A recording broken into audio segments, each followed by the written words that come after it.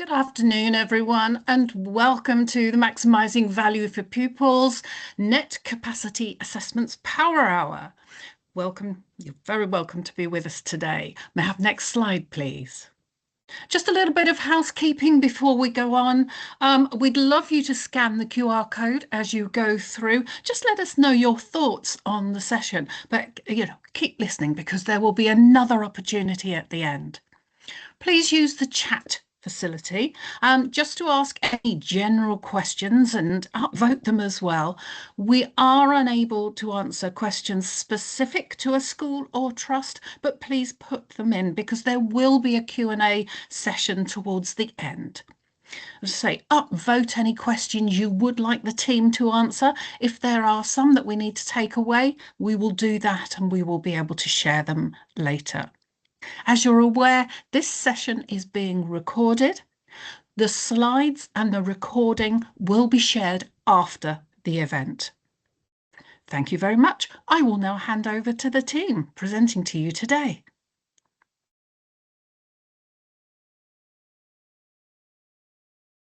Thanks, Helen, and welcome. Good afternoon, everyone. My name's Simon Lindsay. I'm the Communications Manager for the Net Capacity Assessment Programme.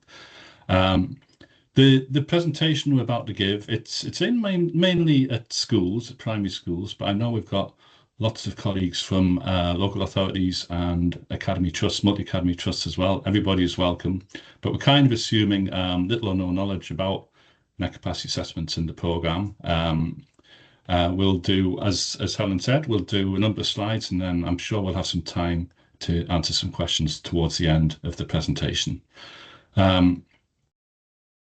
So what we're going to cover, we'll do an introduction to what a net capacity assessment is. We'll talk about the role of the Valuation Office and their property assessors and what to expect during a net capacity assessment school visit.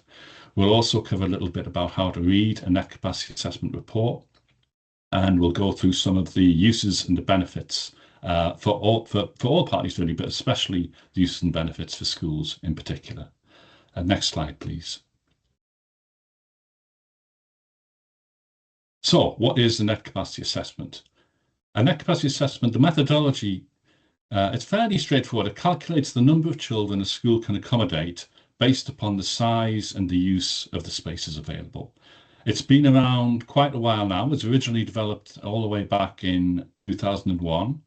For most of that time, it's been used predominantly by local authorities, but we're starting to see wider use now from academy trusts, from dioceses, and of course from some schools starting to use them now as well. The Net Capacity Assessment Programme commenced in 2023, and we appointed a data collection office, a data collection organisation, the Valuation Office, to visit schools in England to collect the information that can be entered onto a net capacity assessment tool to work out the capacity, the pupil capacity at that school and confirm the actual capacity.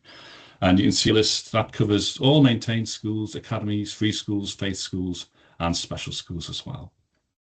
The next slide, please.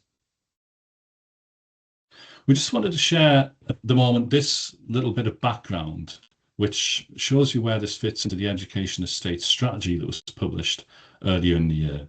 The vision within that strategy has these four components. Safe talks about buildings and spaces, their structure, their condition, and of course health and safety, a really important part of the vision.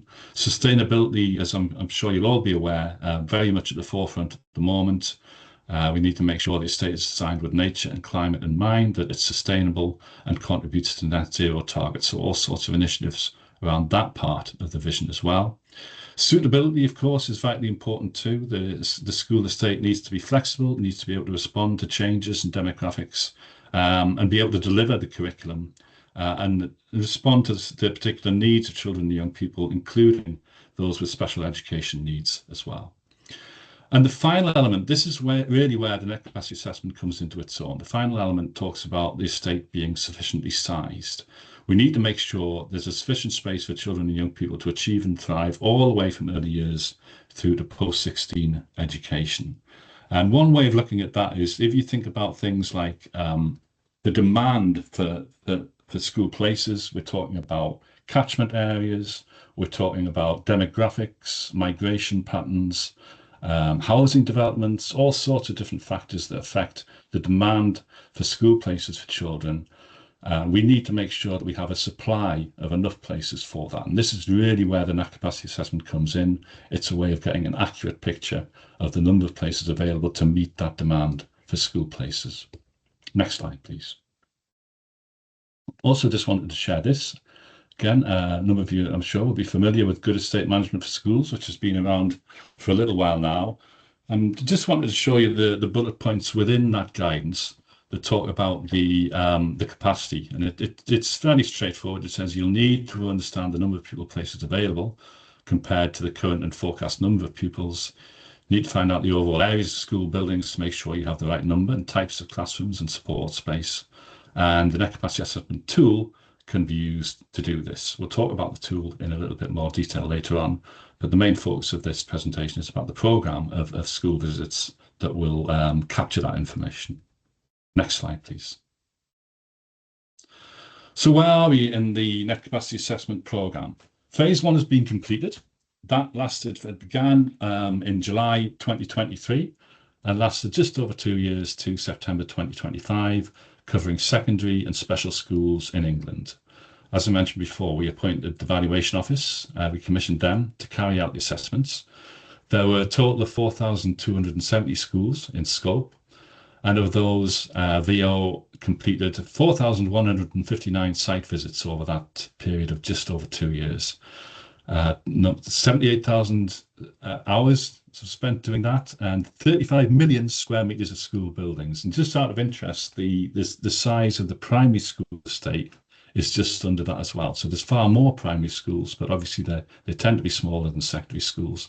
So the overall size of the estate is pretty similar, actually. But going back to the numbers that were carried out, you can see that worked out at a 98% engagement rate, which we're absolutely delighted with. Schools were extremely cooperative, willing to collaborate and accommodate the visits from the Valuation Office. Where there were non-participants, they were mostly down to building work taking place. It just wasn't feasible during the timescale of the programme. And there were only 3 schools that actually declined to participate for other reasons. As far as I remember, I think they were all special schools who had concerns about the impact on their pupils of what they perceived as strangers coming into the school buildings, and that's why they decided not to participate. All of the reports have been released. You'll see later on that everybody gets a copy.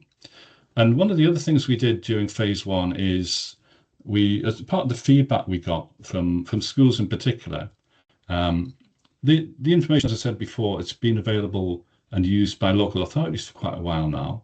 But it was quite new to schools, so we were getting some feedback that it was difficult to understand the reports. So we've now published and made available on our website a fairly straightforward guidance document called How to Read Your NCA Report. Next slide, please. So we are into phase 2 now. Started in September 2025, covering primary schools in England. Valuation Office continued to carry out the assessments. There was a small pilot phase in September where we visited a select number of primary schools to get some feedback to see if there's any differences we need to be aware of that impacted the way the assessments were carried out compared with secondary and special schools. And since then, we've had 2. You'll start to get more familiar with this word that we use, tranche. It basically covers a quarterly period. And we've had 2 of those since the start of phase 2 of the programme, each of them covering about 500 schools. So there's been more than 1,000 school visits in phase 2 of the programme so far. We updated the publishing information on gov.uk on 18th September, and we've done another major update since then at the end of March, which I'll cover and share that on the screen. I'll go into the website and show you what you can find on that in a couple of slides' time. The remainder of phase 2, as I say, these have been batched into quarterly tranches of primary schools covering the full period from now all the way through to March 2029. Next slide, please. It's just another summary. There's a bit of duplication there, but about 1,100 primary school visitors so far. We've released more than that, actually, since we produced this slide. I think another couple of 100 reports have gone out, so we're getting close to 1,000 reports for primary schools have been released by the end of April, which is today. And the average time between school visit and report release is around about 90 days. That may sound a lot, but there's a lot of quality assurance we need to do. We do lots of checking and validation of the data, including giving the school and the responsible body the chance to check the information before the final version of the report is released. And the final bullet point there, just explaining that by December this year, we expect to be at what you might call peak flow of around about 500 school visits and report releases for primary schools every month. So you can see with building up the number of visits taking place and the number of reports being released. Next slide, please. So yeah, I'm going to show you in a second what we call the tranche list. And here's a quick summary before I actually show you, which might give you a bit better idea of what it consists of. The tranche list consists of, we just outline the dates between 2025 and 2029. You see a master list of every primary school indicating the proposed tranche or year for the scheduled visit from the Valuation Office. We've also included a list of the schools where that visit has already taken place in the first two tranches. And then on a yearly basis, we'll show the quarterly tranches for the coming year between April and March. And beyond that, we'll list schools just by the subsequent year rather than actual quarterly tranche, because it's difficult with so many schools in the primary sector to forecast too far ahead in terms of scheduling the site visits beyond that. And the list can be filtered by local authority, by academy trust, by diocese. It's very easy to find your own school within the list. And we'll review those published lists twice a year in October and March each year and republish any changes. In terms of the exact date, that will be established when the Valuation Office contact the school, and Gareth Palmer, our colleague from Valuation Office, will be explaining a bit more about that in a few minutes' time. Next slide, please. Right, I'm going to go, let's keep fingers crossed and hope this works. I'm going to go and share my screen just very briefly. So this is I hope you can all see that, but this is the home page of the Net Capacity Assessment Programme. If you put in a search engine NCA for DFE, you'll get something like this, hopefully fairly near the top of the web search. And you can see just some basic information at the top, an overview of the programme, which is really summarising what we're talking about today. A little bit about the benefits, and another colleague, Sally Lissenden, will be covering those in a lot more detail later on. There's a more detailed guidance available through a programme guide, which has got 12 pages in. And this is the document I was mentioning before, how to read your NCA report. That's just 3 pages long and available on the web page as well. But this is what I particularly wanted to show on screen. So it might be a little bit clearer if I dig into this and show you by sharing my screen here. So there you've got the first tab shows a list of tranche dates over the next 3 years. And then later on, you've got separate tranches, lists of schools within each tranche. You've got the establishment name, the URN number. We always show the local authority, a diocese if there is an affiliated diocese, a trust name if it's part of an academy trust. And then the key bit, you do have to scroll along a little bit, is the tranche cross-referenced against those dates where the school visit will take place. Because you can see, start off with one and go all the way through later on. And then you've got the yearly tranches, which we haven't got to yet. We've just got those in full years for schools that we've visited in the last 2 years of the NCA programme. The one that tends to be used the most is this full list. So this is the list of every primary school. Very easy to filter. I'll just give you an example here. I'm going to pick a local authority at random. I'm going to pick Medway. I don't know if there's anyone from Medway here today. Very easy to select that and then immediately see all the primary schools within that local authority area and which tranche or which year they'll be contacted by Valuation Office for the visit to take place. Because you can see there was quite a number took place in the first tranche between September and December. There's 3 that in the current tranche, which is April to June. There's a few in tranche 4, a few in tranche 5 and 6, and then a lot more in the subsequent years of the programme. And again, it's very easy using standard Excel controls to find your own school using Control F or so, whatever search you want to use to find your own school and get an idea of what spot in the programme the school has. So that's a very quick run through of what you can find on gov.uk, some useful information there.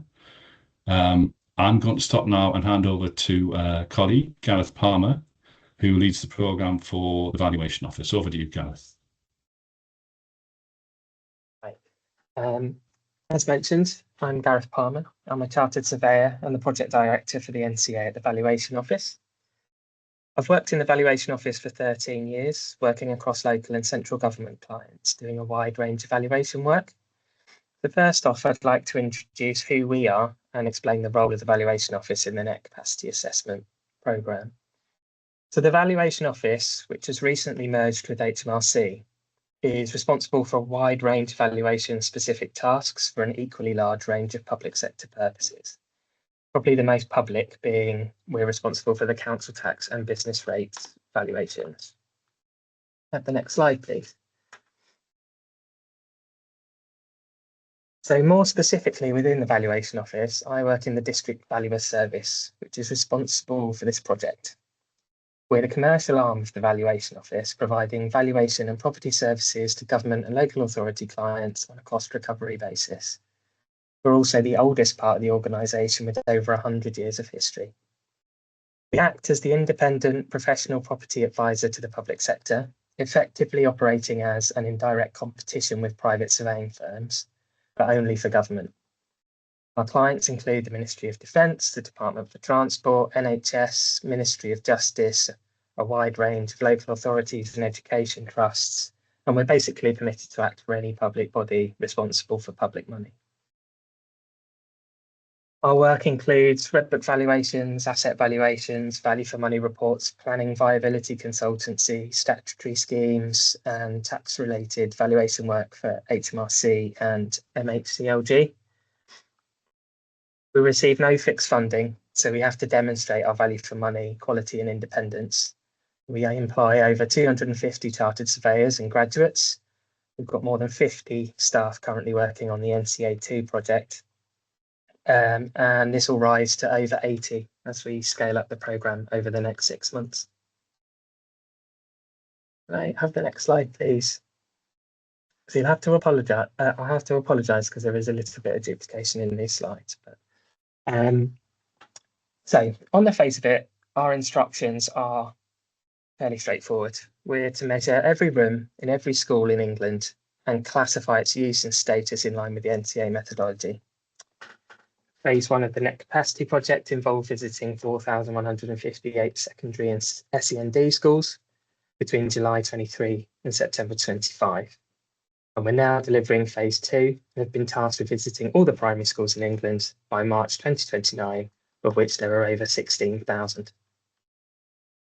This, of course, is technically and logistically quite challenging, but our objective is to provide a nationally consistent, high-quality data set gathered independently that's easy for stakeholders to interpret, whether that be schools, trusts, or responsible bodies, and which will allow the DfE to apply the net capacity formula and provide a high-quality report to their stakeholders.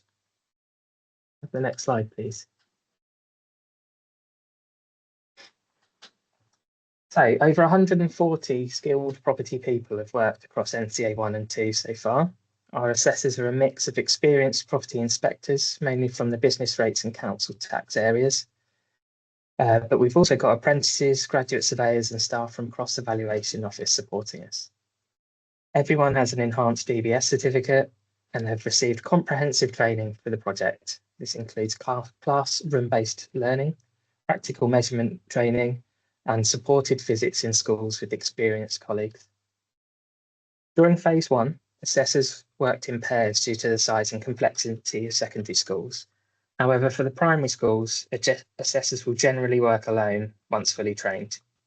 This reflects the generally smaller size of primary schools, the improved IT systems we've developed, and the increased assessor experience, with many of our assessors now having been on the project for 3 years. We've also introduced digital plans on iPads and given them styluses for NCA2, which has improved efficiency and reduced the equipment burden on the assessors from NCA 1. Can I have the next slide, please? The process begins 6 to 8 weeks before each tranche starts. So this is when assessors begin to contact schools to arrange visits. Engagement, as Simon said, has been exceptionally strong with 98% engagement in phase 1, and we're currently at over 99% engagement from primary schools to date. During initial contact, we'll confirm admission details and ask for plans from the school. We'll also undertake research to ensure we have as much information as possible in advance of our site visit. If the school do not have plans, we'll contact the local authority or trust and see if they have any. These plans are essential to ensure we can prepare for our visit and be as efficient as possible on site. They'll also be marked up and provided back to the school along with our survey data for the school's use and for verification after the visit. On site, assessors will meet with their contact or the senior leaders in the school and ask how best to access areas to cause the minimum possible disturbance to the school day. They'll also clarify any queries around admissions or other information they found during their initial research. They'll then proceed to measure every room in the school. They use a laser measure and record the data directly into the bespoke NCA data capture app on an iPad and mark up their plans digitally with a stylus. For context, a simple square classroom, an assessor can measure and be in and out of the room in under a minute. And then schools generally feedback that they barely notice our assessors are on site. I can't stress enough that assessors work unobtrusively and adapt to each school's preferences to minimise disruption. If a school ever has any concerns, the assessor will do all they can to accommodate them. In general, a typical 2-form entry primary school can be completed in a single day, and for any particularly large or complex schools, we'll assign a second assessor to speed the process up. After the visit, data is subject to a thorough quality control process, plans are refined and sent to the school in a report, which we ask the school to respond to within 2 weeks should they have any comments. Once we've heard back from the school, the final stage is to submit it to the Department for Education so they can generate their net capacity figure and the final report. Have the next slide, please.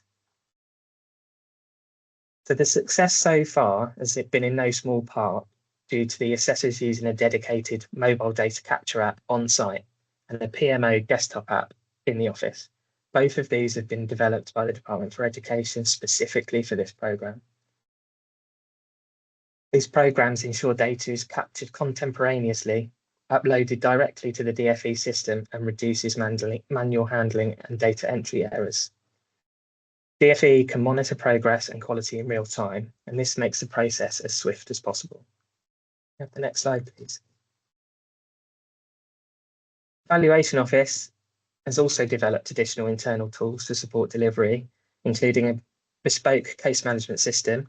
We've developed a geospatial allocation tool to reduce travel time and various Power BI reports, which allow us to keep a close eye on progress, quality and costs. Together, these tools improve auditability, reduce turnaround times and support the national consistency while also providing the best value to DFE. The next slide, please.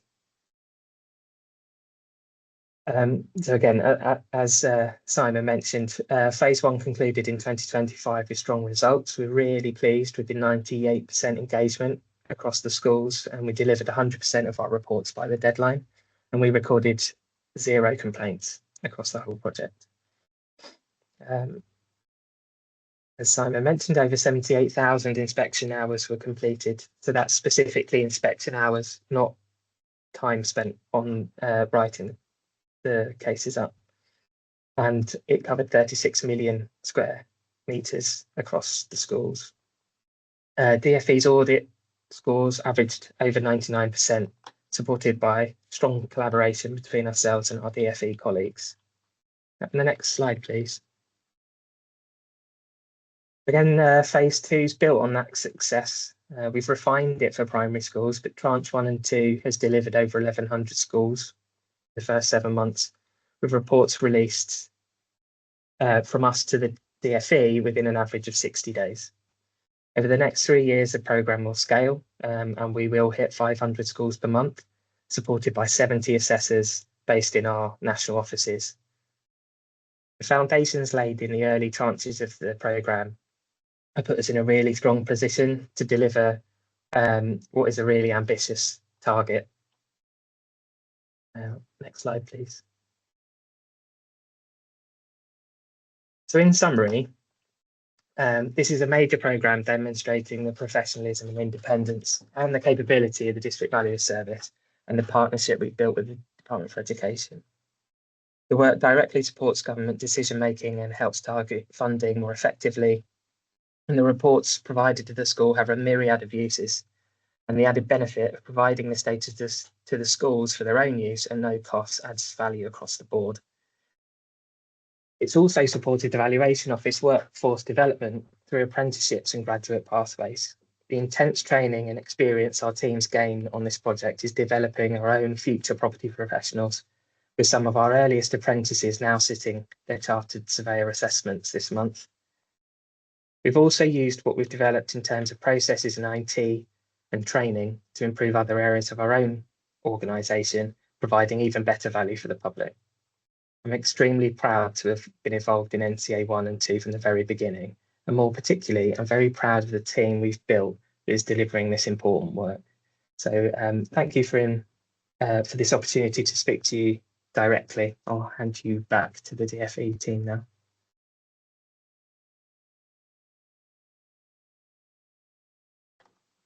Thank you, Gareth. That's really useful. And yeah, I just want to say a couple of words. Firstly, I'm Sally Lissenden. I am the DFE Programme Manager for the Net Capacity Programme. I've been on it since the start, and I've got experience working in local authorities and schools as well as at the DFE. A couple of words about the Valuation Office. Working with them consistently throughout this has been a very positive experience. I'm particularly pleased with how well they work with schools and how supportive they are of making sure that this process works well as the really high quality data they collect when they're out. And I'm just going to go a little bit back to the process that we go through. So Gareth talked to you a bit through the process that involves the school site visit. Once they have collected all the data and gone through rigorous quality assurance, they then pass it over to us.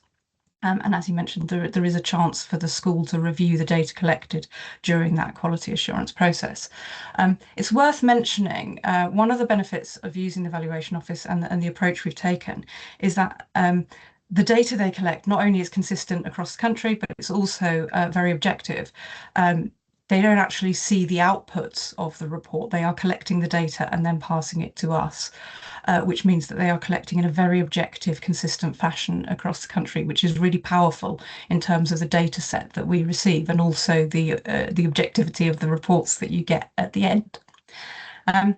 So the data comes to us. We then carry out further quality assurance, particularly auditing the Valuation Office performance and checking the reports, and then we issue the reports. And it's an Excel format report, and I'll show you a little bit of it later. We issue it to the school, the responsible body of the school, if that's an academy trust or a diocese. We also issue it to a diocese if they're involved anyway. And we issue all reports for all schools to the relevant local authority. And we do this because local authorities have the duty around sufficiency and school place provision, so they get to see it all. We are issuing this. It's a piece of information. It is a tool to help schools and their responsible bodies set a capacity figure. We do not ask anybody to approve it. You know, it's fully quality assured when it comes out. But there is an opportunity to come back with questions or to ask about specific things or to raise queries. And we do get quite a few of those, and we have a very active mailbox where we will dig in and explain things or look at things if people want us to. So every party has that opportunity. Yeah, and we have a process for that. Next slide, please. So just a little bit about a net capacity itself and how it works. We've talked about how we collect data on every room. It's every space in a school, even the cupboards. And it's not just the size, but there are several other classifications for room. So the type of the room and how the school uses it as well, and whether it's a teaching space or not. It's a really rich data set. There is a huge amount of information in it based on every space in a school, which makes it valuable beyond its sort of main purpose as well. Then there's a series of calculations which follow this net capacity methodology, which has been around for 25 years. So it is an established methodology, and it's quite sophisticated. So it does look at the amount of teaching space, but it also takes into account making sure that there is an appropriate balance between teaching and support space, like offices and small group rooms, and other things on that. So there are these parameters which make sure that the balance isn't too far one way or the other. And there is several layers of flexibility within it as well, to make sure that schools are able to operate in a way that suits their own local circumstances within those sort of broader parameters. And that generates some key outputs. And one of those is a single net capacity figure, but actually there's some other really important figures in there as well, particularly minimum and maximum workplaces, or which effectively give a capacity range for a school. And if I could have the next slide, please. So this is a screenshot from the front of the way our net capacity reports look now. We have, following our first programme, we did rejig the report slightly, and I've actually added this front page to make accessing the sort of key information a lot more straightforward. And also we've put some notes on here to help schools and their responsible bodies sort of use and interpret the data a bit. So this is a typical one for Mentry Primary School. Those of you familiar with primary schools, it's 210 place school. And these four figures are what you see up front. So you'll see there's a maximum workplaces, which is the top of the capacity range. There's a minimum workplaces, the bottom of the capacity range. And then we look at the capacity based on planned admission numbers. So for this school, very straightforward. They're a primary school, so 7-year groups starting in reception with 30 pupils. So their admission number capacity is 210. That is within the range, so the net capacity figure defaults to that capacity based on planned admission number. There are many primary schools who have been expanded over the last 10 years or so with demographics, and are now perhaps in a process of changing size again in terms of admission numbers. So if you are one of those schools paying particular attention to the range of capacity that is produced is really, really important. Simon has already mentioned that we produce a how to read your report guide. I would highly recommend, if you're not familiar with it, and some schools may be very familiar with this from the days when local authorities were doing this for every school. But if you're not, that how to read your report guide is a really useful way of sort of getting under the skin of a bit of how the methodology works without having to read the full 50-page guidance about how to do one. So I'd highly recommend that. Can I have the next slide, please? Okay, so we talked a bit about the process of the programme and the net capacity itself. So why is it important and what can it be used for? Well, at the very basic level, every school should have a physical capacity figure which is up to date. And part of the reason for our programme is to help responsible bodies and schools bring that capacity figure up to date as a one-off. And at the same time, we've improved the tools and brought other things up to date.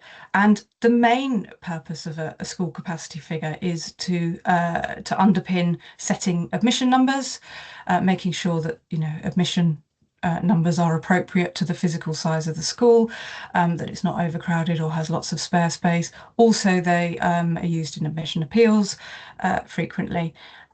And it's used at a broader level, particularly by local authorities, but by all other parties as well, in looking at the school place provision in a local authority area. So it can be added up with the capacity of other schools compared to pupil projections, and it helps look at that wider picture of, is there enough school provision in an area? Is there too much? But we knew that there would be additional uses for this data, and there are many other uses. And it's become particularly important for primary schools with the sort of government's focus on as demographics change, is there what can, what about early years provision in schools? School-based nurseries has a very high priority at the moment, breakfast clubs, and looking at SEND provision within schools. So these can be really, really useful tools, both at an individual level and collectively, to look at where a school may or may not have the ability to support those programmes within existing accommodation, or can things be moved around? So really good evidence for that. If we can have next slide, please. So there's lots on these. It's particular other uses within a school setting, very useful to have as part of your asset management plan. What's quite nice about our reports when we issue them, you can fiddle with them a bit. Take a copy and do it, don't use your original, but you can look at, if you organised your school differently, how would that impact your capacity? And we've had some schools and trusts say to us it's really, really useful when they're looking at other aspects of managing their estate. My favourite so far is a trust who's using it as part of their redecoration schedules. So they're using the information on size, type of rooms, etc., to help plan kind of general estate maintenance as well. Okay, if I can move on, please. Okay, so Simon mentioned we did some pilot activity with primary schools earlier this year. Obviously, we got a lot of experience from working with secondary and special schools in the last few years, but we really wanted to test what might be different, particularly in how we manage the programme, but also in what kind of queries and support we get. And we were very, very grateful for a number of schools and trusts that worked with us on that. And it was great. There was a really, really huge amount of enthusiasm for it, and some really good support from head teachers and other school business managers and others to help us do that pilot. And we took some key feedback from that, which was there were some key differences between having worked with other types of schools. We found mixed preferences around working within the school day or outside of school hours. Many of our visits have to take place during the school day, but as Gareth mentioned, they're highly experienced in doing that and really are able to minimise the impact on the schools. School holidays as well, we weren't sure whether that might be a different issue. Our programme runs throughout the year. We do have to use the school holidays. Some schools prefer it, some schools don't. So we're generally able to look at accommodating that where possible. That's enables us to make the most efficient use of our time. And obviously we've got the group of property assessors around the country, so we have to be making sure we're making efficient use of them at all times as well. And I think the other key feedback was, making sure that our property assessors are really, really following local safeguarding arrangements. And I think the previous experience with secondary schools, but particularly with special schools, I think, and a lot of the assessors who worked on that programme are still working with us now. So they've gained a lot of experience through that on the sensitivities of working with schools. What did come out, and this is something that we've particularly done new for this programme, is this how to read your report, is making sure that the information can be interpreted and that people can understand how the methodology works on a sort of, principle level to be able to use the report best. Next slide, please. So coming towards the end now, but Simon has already mentioned the information available on gov.uk. Lots of what we've talked about today, you can find more detail on there. So a reminder from there, particularly the tranche lists, but the programme guide is worth a read too if you're new to the programme, and those how to read your reports, net capacity reports, are available on there. When we send out the net capacity assessment, there is a link on the email to the web pages as well. So it can take you there. And then if you've got people in your school or trust who are really, really interested in this sort of how this fits in the wider picture of area guidelines and sort of school buildings, there are some links on that pages as well to some of the other sort of aspects of looking at school estates from a size point of view, and the links are on there. Next slide, please. Right, this slide is deliberately blank. We haven't forgotten it. We are always very interested in interesting case studies where people think this information may be of particular use, or they have a particular issue going on at the moment where a net capacity assessment could help. Obviously we haven't really got many for primary schools yet, so if you have something that you think, oh, this might be of interest, or this might be something that we could share, please do get in touch via our mailbox. We're always very keen to come and talk to people and get some examples of seeing this information in action, or you may be a school that's used it in the past. We know a lot of local authority maintained schools will still have been having net capacity assessments, so it's not new to a lot of people. Please do get in touch. And next slide, please. And we thought that would take us about 40 minutes, and it's taken us 41, so that's pretty good.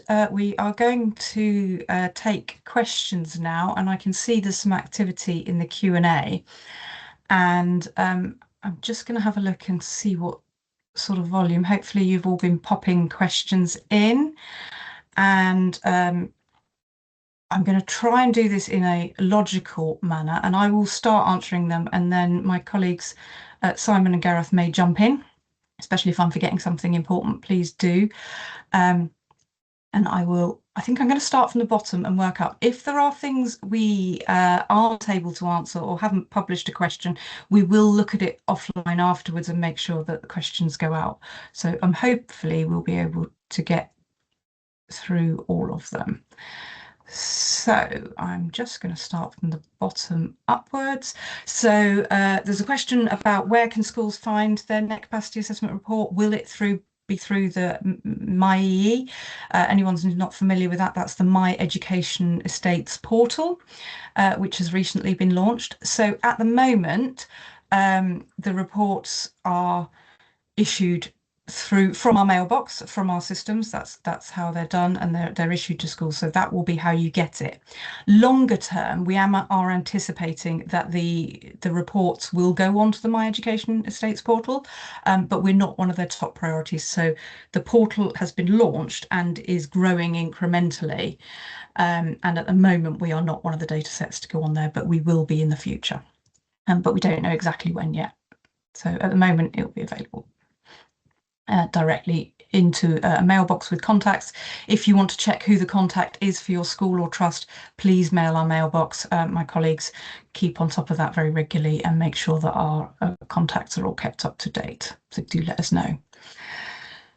Okay, moving up. Is there a publication showing the results of the NCA per school so far? Not directly.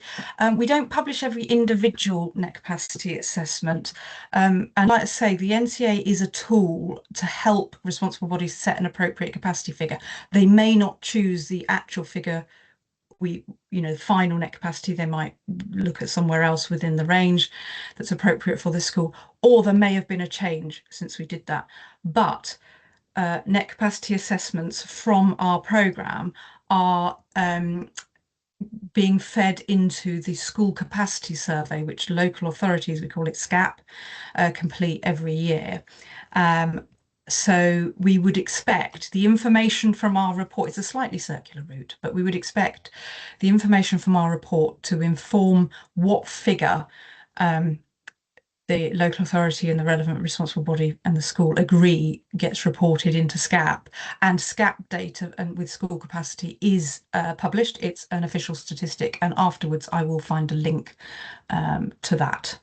And we do know that from the last couple of SCAPs that they are very much being used to update the capacity figure in those.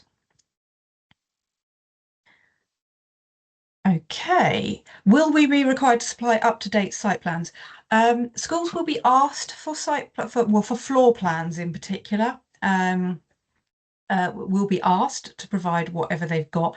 If you haven't got anything up to date, we do have other routes as well. So some of our assessors, well, all of our assessors will look elsewhere for one. They will talk to the trust, to the local authority, if relevant. And some of our assessors are, particularly for the primary programme, are getting to know their relevant local authorities and trusts where they do hold up-to-date plans and can get hold of them.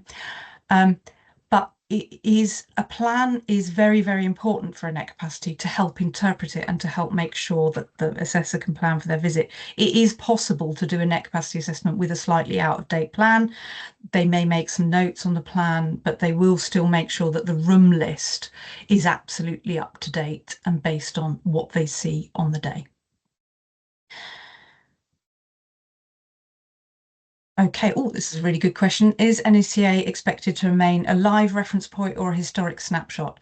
So it's sort of somewhere in between, I suppose. Our programme is a one-off to bring this data up to date. We were aware that it had become out of date, not in every case, but in some circumstances it had become a bit out of date. So we are doing this as a one-off with a view to then responsible bodies taking on the sort of process of keeping them up to date as a means of making sure that their capacity figure is up to date. That said, it doesn't, so it needs to be updated when there's a major change to the school. It doesn't necessarily to be updated with every little change. You'd expect a school to have a capacity figure that was relatively static unless something major had changed at the school. That could be an extension, it could be a demolition, it could be a major reconfiguration of the accommodation within the school, or it could be a major change to the published admission number.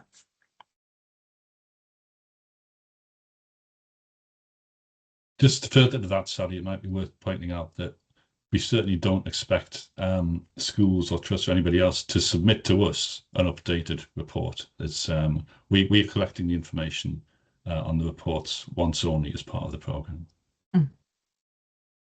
Yeah, and just to say, as we move forward as well, we hope to provide more in the way. So there is already a published tool and guidance around how to do this yourself, but we would be looking later on in the programme to be looking at how we might provide more support for that sort of transition.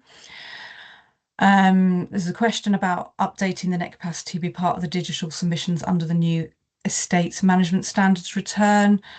Again, the expectation is, yes, it is kept up to date to a degree. I don't think the question around digital submissions has quite yet been bottomed out, but I would imagine this being something that is managed through the Education Estates portal moving forward.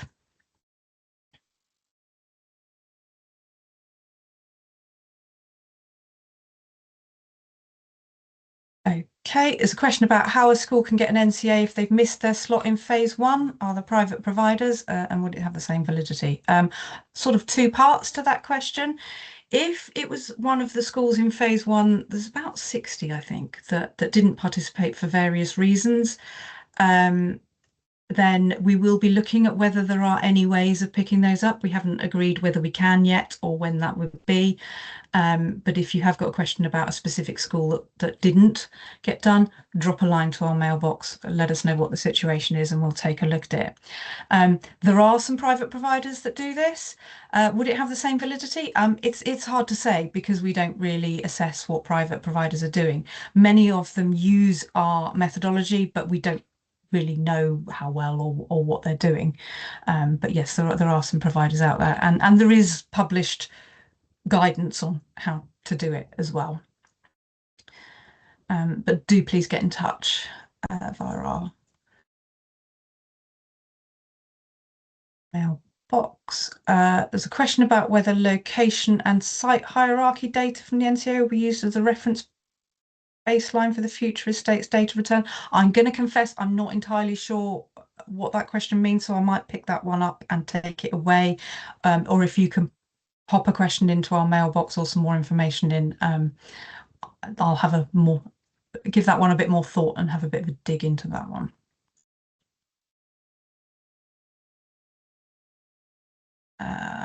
Right. Colleagues, shout if I'm missing anything.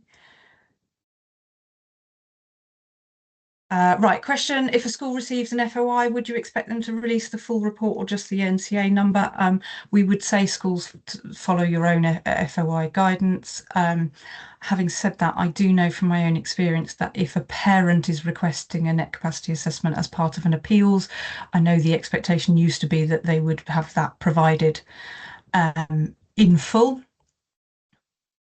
and where we do get FOI requests, we do, Simon, help me out here. What do we release? We release a PDF copy of it, I think.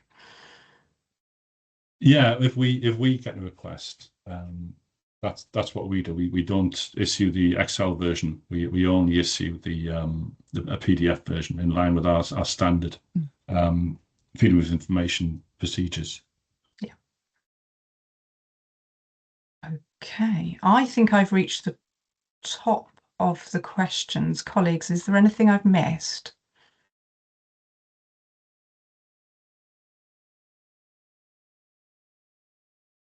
That one you mentioned earlier, Sally, that might have been the site hierarchy data.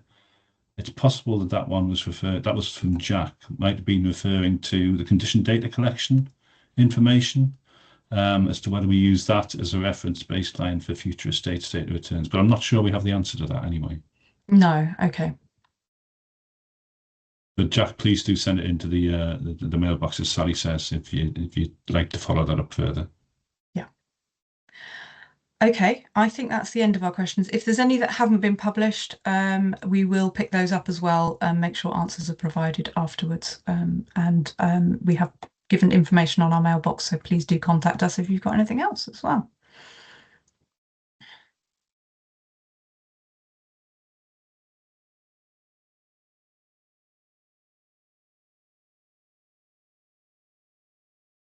Thank you, everybody. I'm sure I've learned a lot. I really want to thank the presenters that we've had today.